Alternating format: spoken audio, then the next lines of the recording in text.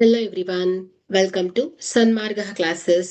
ಅಪವರ್ತಿಸುವಿಕೆ ಅಧ್ಯಾಯದ 51ನೇ ಪ್ರಶ್ನೆಯನ್ನ ಗಮನಿಸಿ. ಅಪವರ್ತಿಸಿ 9x³ ಮೈನಸ್ 4x. ಸೊ ಕೊಟ್ಟಿರುವಂತಹ ಬೀಜೋಕ್ತಿ 9x³ ಮೈನಸ್ 4x.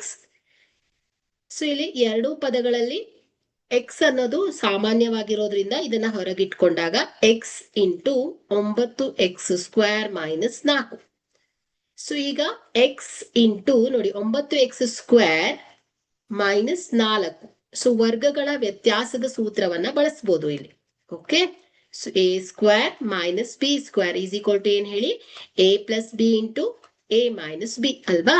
ಸೊ ಇಲ್ಲಿ a ಏನಾಗತ್ತೆ 3x² ಮೈನಸ್ 2² ಅಂತ ವ್ಯಕ್ತಪಡಿಸಬಹುದು ಅಲ್ವಾ. ಸೊ ನೋಡಿ 3x² ಅಂದ್ರೆ 9x² ಆಗತ್ತೆ. 4 ನಾವು 2 ಅಂತ ಬರೆದ್ರೆ a² ಮೈನಸ್ b² ರೂಪದಲ್ಲಿ ಬಂತು. ಹಾಗಾದ್ರೆ a² ಮೈನಸ್ b² ಅಂದ್ರೆ ಏನ್ ಹೇಳಿ, a plus b into a minus B. So ಇಲ್ಲಿ a ಅನ್ನೋದು 3x, b ಅನ್ನೋದು 2 ಆಗತ್ತೆ. ಹಾಗಾದ್ರೆ ಇದು ಏನಾಯ್ತು ಹೇಳಿ, 3x minus 2 into 3x plus 2 ಆಗತ್ತೆ.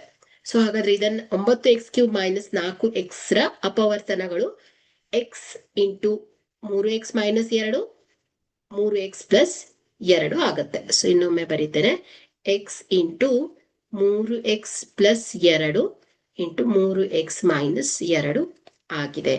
Thank you.